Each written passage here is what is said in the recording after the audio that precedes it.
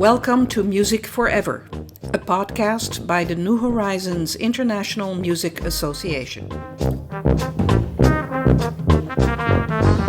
I am Irene Cohen.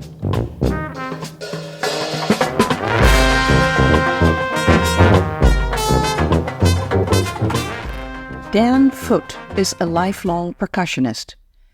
During his growing up years, he lived in many places around the world, which gave him opportunities to understand and learn world music.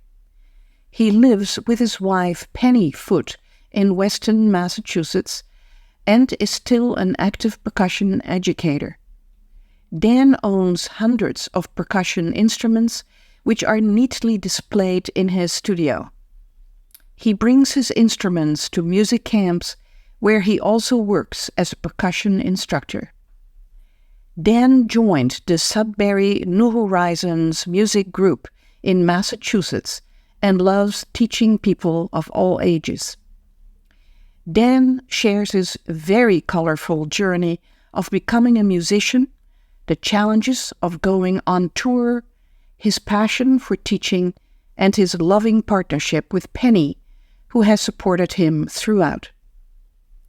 Penny Foote is a yoga instructor and works together with Dan on lessons that include music. She is Dan's biggest fan and support, even though her sense of rhythm may not be perfect. Together, they have taught at the New England Adult Music Camp in Maine since its inception. Well, hello, Dan and Penny. Hello. Here we are in beautiful Snow Pond at the New England Adult Music Camp in August 2024 on a beautiful day. And it's an absolute pleasure having you here, and thanks for doing this interview. Very well. It's a pleasure. So Dan, we'll start with you. Sure. Tell us a little bit how music got in your life. From the early days, I was privileged to be born into a military family.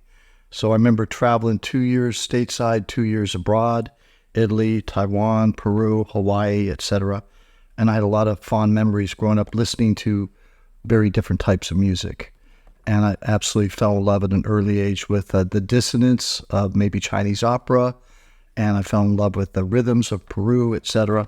And it translated into just a love of ethnomusicology and a collection and construction of many different types of instruments and genres of music. I was born in Nebraska, so we spent a couple years there and immediately went to Italy, where my brother was born, who we'll talk about later. And then we were able to, again, 2 years stateside, Arlington, Virginia, Arizona, New Mexico, etc. So a lot of different Air Force bases. That's what the branch service my father served in. How did you develop your musical skills? It's a great story. I was very inspired by my uncle, Uncle John. We called him Big Bad John. Very good-looking man. Never paid for a drink in his life. Would go in a bar and just start singing Danny Boy or whatever, the Irish ballads, and was amazing. He actually got to sing with Patsy Cline, Roy Clark.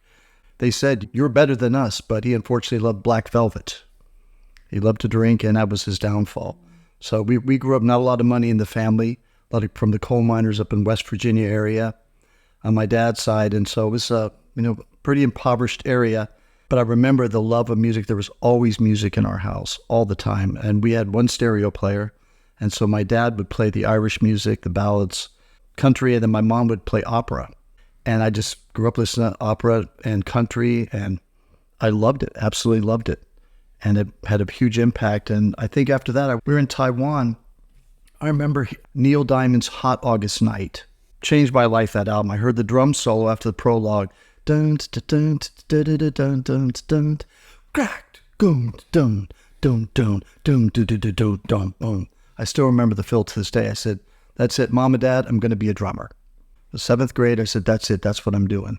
They said, "Okay, you better get cracking." So we could afford lessons, so I kind of taught myself, etc. And eventually, when I got into concert band, my first experience there was in 9th grade in New Mexico. And, I was a child of the 70s, long hair, etc., unskilled, untrained, went into concert band, a nightmare for most band directors. So my band director did not like me. And so I wrote an article about this. It says, sometimes you need to get determined, not discouraged. I'm reading from a page here. As a freshman in high school, my band director was not a fan of percussionists and especially me. He bullied and ridiculed me publicly. He would often chastise me for not having rhythm, getting lost, not reading the right part, not knowing the instrument. He was usually right. I had just entered band, did not have private lessons, was a rocker trying to enter the classical world. The ultimate low for me came one day when, out of pure frustration, he stopped the whole band and said I was the worst percussionist he had ever had in band, and that anyone in band was better than me. You can imagine I turned a bright crimson shade and was humiliated.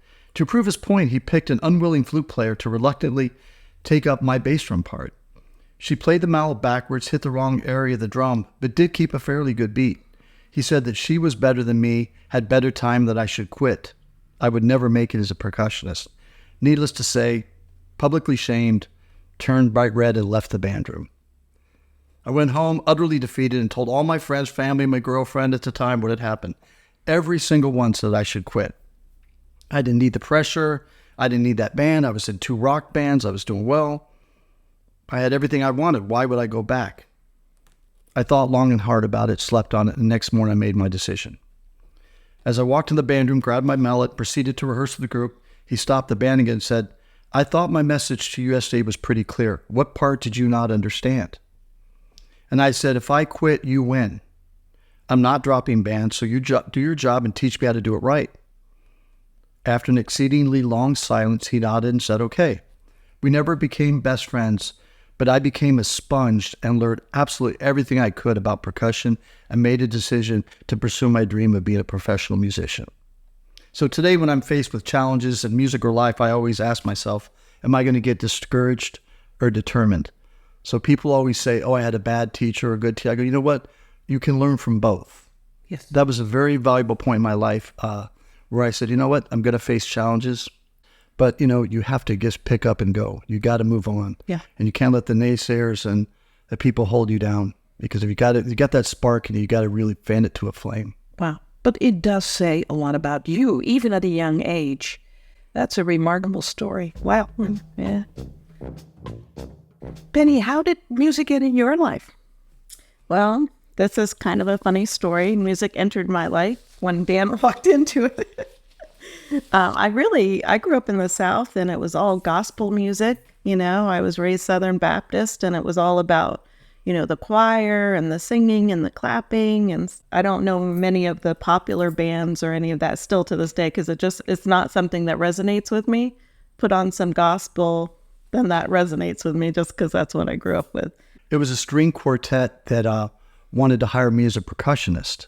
So during the audition, I was always mesmerized by the classical world. I always felt unworthy. I'll never understand it, don't get it. Such high esteem and respect. And so at the audition, the violist is yelling at the guitarist, like, we don't want this guy. We're a string quartet. It was my house. Got pretty heated in there. And finally they said, we need him, because we're doing Brahms, Beethoven, Beatles, etc. But we also want to do some Hendrix and some Stones and, Stevie Ray Vaughan, mix it up a little bit. And so it was amazing. We did our first gig at a prison in Maine. I would say that was the first time I got to see him in a light that I was drawn into. Like, oh, I want to go to this. I want to sit and listen to this incredible Stairway to Heaven, these incredible. So that was my introduction. We met at the Boston Garden when he was playing. Doing a big concert, and Penny couldn't see me, but they, blew us up on the screen. So the big screen. 10,000 people.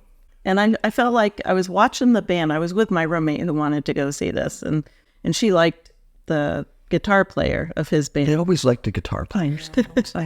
And so she kept ranting and raving about him. And I don't know, they panned on Dan, and I saw just a humility, but happiness. Like, I am just loving what I'm doing. And I tapped her on the shoulder. I said, see, that's the kind of guy I would like to meet.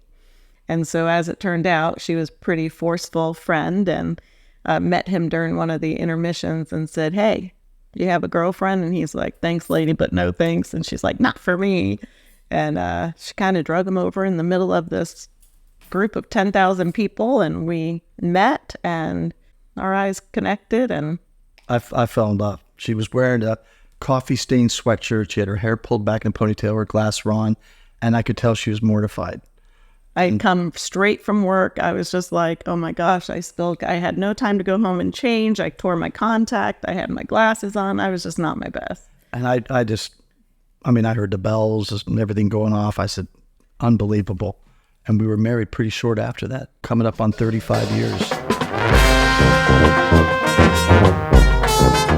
I think as I traveled more, I started to really collect different instruments, especially being in South America. It's just unbelievable the amount of instruments that go into, even in a classical music like Man La Mancha or something like that, where there's castanets, bongos, claves, timbales, and you really have to spend a lot of time studying to be able to master them. And so I will never master them. My students keep saying, when are you done? I go, when they put me in the ground, when the heart stops beating, the lessons stop. But until then, I'm just going to, same thing in ninth grade, just be a sponge and learn whatever I can. And being at this camp is really unbelievable. I work with Tom and Pat, and they're exceptional, such high-level musicians. I'm learning so much from them and the students. You learn a lot from your teachers, more from your peers, but I believe the most from your students, the way they approach and the way they do things. It's like, I hadn't thought of that. That does work. People hearing this may disagree, but if I have an hour to practice, I'm going to listen for 40 minutes and practice for 20. So if I want to learn how to play cowbell, instead of just practicing in a practice room for an hour, I'm going to put on, maybe Santana, maybe Irakere, different groups like that, and listen to what we call el sentido, the feel. So many times, even in classical music, we're playing a piece and the rhythm is right, but the feel isn't there. So a lot of it is just kind of disassembling what we think we're supposed to play. And if you listen, you have the feel. I think that's so important. Was your career mainly traveling around playing in various bands, or was there an education? Did you go to school? Did you do music education? What happened? I studied wherever I went. I was able to take lessons with different masters of different instruments. And I was so inspired. I was living in West Virginia, and I really wanted to go to Berkeley. I went for the summer session, and it was great. It was a 5-week session. And at the end of it, they picked one player for the all-star band, they called it. And so when they came to drums, they didn't know what to do. There was 6 faculty, and they said, we're stuck. They called me and this other guy and said, we've never seen this before. We're split. 3 of us like you, Dan. 3 of us like this other guy. They said, Dan, you got great jazz chops. You have really good rock feel and Latin, but this other guy has some incredible funk, and we really need that. So we're divided. So for the first time, we're going to have you both come. And I said, great, I love playing percussion too, so I'll do that on his songs. He could play, percussion. And he went on later to become the drummer for the Spin Doctors, 90s band, really fun. Worked with Little Richard, etc. But it was really cool to be able to do that. And coming back, I thought, I'm really going to pursue this. So I went to Berkeley, got a scholarship, and was able to finish and study with some of the greatest drummers and percussionists on the planet. Once I went to Berkeley, I fell in love with Boston. I love the weather. People are going to hate me saying that, but I love the 4 seasons.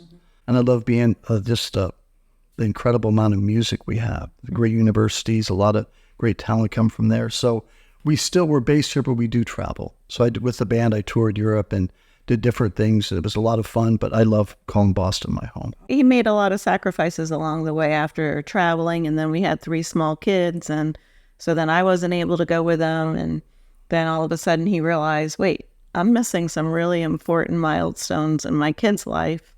I think I'm going to give up traveling and give up the band. And this band was his life. And he's like, I think I'm going to do it and become a teacher. Losing that kind of income really inspired you to figure out how to redefine who you were. And you started teaching. He's a very gifted teacher, and I see it because he teaches anything from 6 years old to 90-year-olds. But he has a real gift. When our son was dyslexic, and he was really struggling in school, and he would fail a test, and he'd come home and Dan would say, well, let's figure out how you can pass that test. And he'd teach him, and he'd go and ace the test. And he just has a gift in figuring out what someone needs, how they need it. So he doesn't teach to one way, this is my style of teaching, Yes. He teaches to whoever's in front of him. And I think that's one of your biggest qualities, honestly. Well, thank you. They could pay me later. Wow. No, that's what you thought. But that is, of course, a wonderful gift to have. It is. So where did you settle to teach? Great question. People say, I'm not sure of the moment when. I can tell you the exact moment. The band was in Paris. We were playing La Palais des Congrès, Forgive my French there. But we were performing, and I called Penny, and I was like, man, I have a real problem, Penny. I don't know if I should work out first and then go to the jacuzzi, then get espresso, or should I get the espresso first, work out? And she goes, well, let me just tell you what's going on here. Your son threw up, so he's home from school. Your daughter got kicked out of school because she wore a shirt that said, girls rule, boys drool. And your other son just doesn't want to go to school. So you go ahead and struggle with that decision. I'll see you when you get home. Click. And I was like, gentlemen, this will be my last tour. And that was a defining moment. I think when you're somebody who's climbing rocks, you're having fun, then you get to that overhang and you go, if I go up, I can't go back. So that was, for me, the end of long tours. So short tours I still do, but that was the end. I really wanted to be a family man. I wanted to be there to see my kids, and I love changing diapers. I did the 2 a.m. So it was a really great defining moment. And then I started splitting my time with teaching and performing and recording all that. And I teach for the Weston public schools, coming up on 34 years now. At some point in time, New Horizons got in your life. Yes. Tell us a little bit more about that. Okay, this is where my brother, who I mentioned earlier, comes back at. We were doing shows for our kids. We would go into the kindergarten, pre-K classes, and, it was all like the itsy bitsy spot, and nothing wrong with that. But I thought we got to make it a little hipper, a little funkier. So we started bringing in, African drums and, different drums from the Middle East and, kind of accompanying. And we were doing it all free. And the teachers, wherever we would go, where our kids were, they said, you guys should really do something with this. So we put together a musical program, and we would just go into schools and work with different, mainly elementary, K through 5, and just do workshops and seminars and all this stuff. And so we would bring drums for every kid. The biggest gig we did was 450 students. We brought 450 instruments. It was loud. It was in a gym. It was really loud, but the kids just said, I've never had this where I'm actually get to play instead of just listening and watching and feel left out. Or, everybody can clap and dance, but have an instrument in your hand to do that was really empowering. We did a workshop for the Wayland Public Schools, and Diane Muffet was there.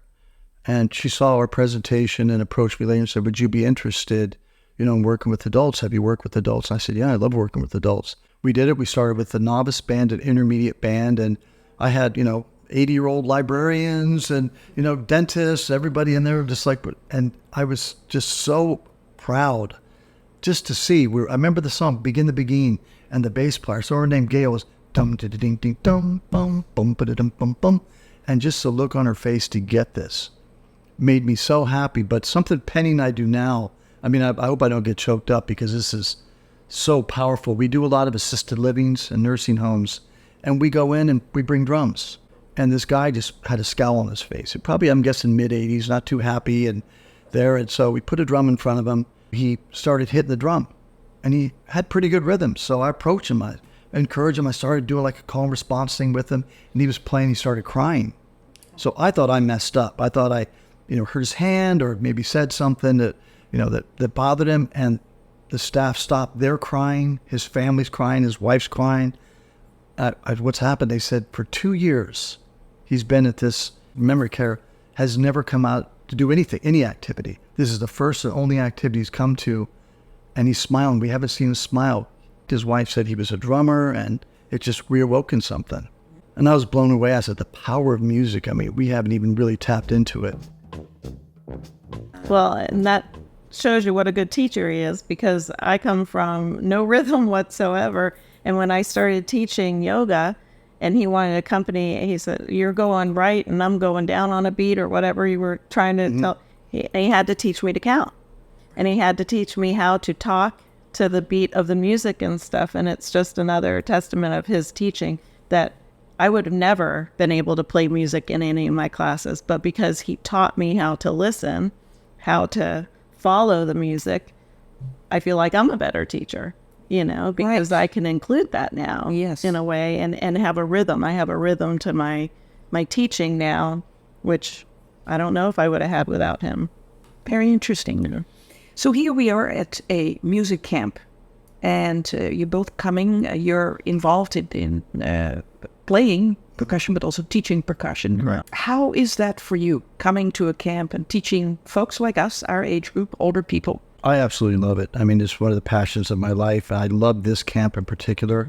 It's where we started. Penny first started her yoga, 100 feet from where we are now. Yep, 2014. Yeah, 2014. And it was great because I really wanted the opportunity to work with my wife. Even during COVID, we started doing jamograms. We started a little thing where we would go together to people's home. They would be on the porch and we would bring our drums and to have them do movement and all kinds of things. It was really fun just to see people, who were so isolated, just be going the front punch and hear music. To be able to do a little movement. And we were 20, 30 feet away. It was fine. Thinking about here at camp, it's just amazing because for every year we've been here, I've been here every year except for post-COVID, 2 years. We usually recruit. So this is the first year we have not had to beg the flute, the brass, please come play with us. We have enough percussionists, and it's been really empowering just to be able to focus on the music. And a lot of people who have come before are in percussion still, so they're trained and they know what to do, and it's really amazing percussion to hear. You also assisted in providing us with some virtual event that was this year, actually early this year, on percussion instrumentation. That was a whole new experience for all of us because it was done inside Dan's unbelievable studio with hundreds of percussion instruments. Talk a little bit more about that. Well, he seems to always feel challenged when it comes to technology, so I've had to step in to help him. I was an office manager, and so maybe admin stuff and figuring out that kind of stuff works a little bit better. But so tech is not his forte, teaching is. So it's another way we've learned to work together. It's fun to be a part of whatever world he's in. It was not easy technology. No. Once we got it all figured out, it looked so professional. And I'm sure it looked like, well, this is not a problem at all. You just put this guy in a studio and he teaches. And there were, of course, all sorts of sound issues because you were using different instruments. And I really want to compliment you on hanging in there because we had to get together before the session several times to really make it work. Not every presenter is prepared to do that sort of work up front. Thank you very much for doing all that for us, really. Thank you very. If there would be somebody out there who you meet and you tell them about things that you do and they say, oh, I don't have a musical fiber in my body. I don't think I'd ever be able to play a musical instrument. What would you tell them? Come see me. I had that yesterday in my workshop. We were doing percussion methods. So we're going through, here's the bass drum, here's the beater, here's how you hold a triangle. And we got to drum set and I had everybody in the class, every single person come up, and I promised them, you will be playing along with the solo right now. So I put on, of course, Queen, We Will Rock You, and miraculously, everybody was able to gung, gung, crack. And really, that's what it is. It's just finding that rhythm and being able to, maybe you won't be a professional drummer, but we all have drummer in us. We're born with it. We just have to remember how. We all have that a unique rhythm inside us, and just to bring it out and see where it goes from there. If he can teach me, and I can go to his drum classes now when he goes into schools, and I'm always on the downbeat. But I can do it, and it empowered me to kind of find out, if I played an instrument, what would I play? And it ended up being the bass guitar. So I take my little lessons, it's very hard.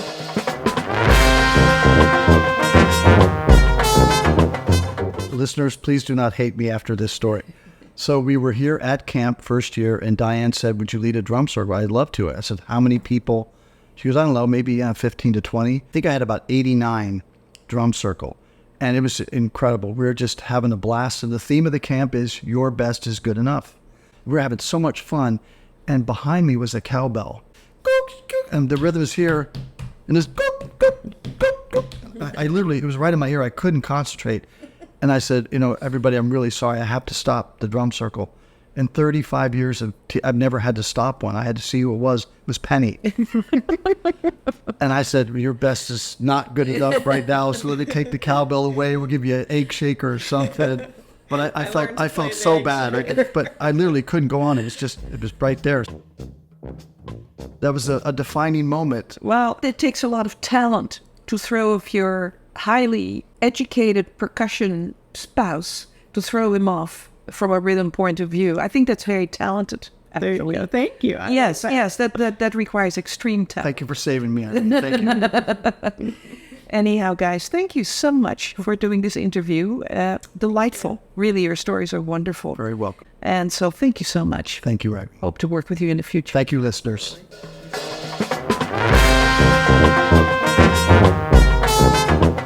I would like to thank Dan and Penny Foote for this interview.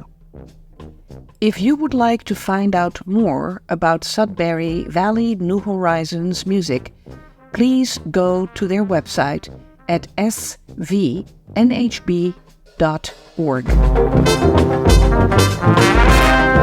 Music for this podcast by Mary Riddle, Swag On.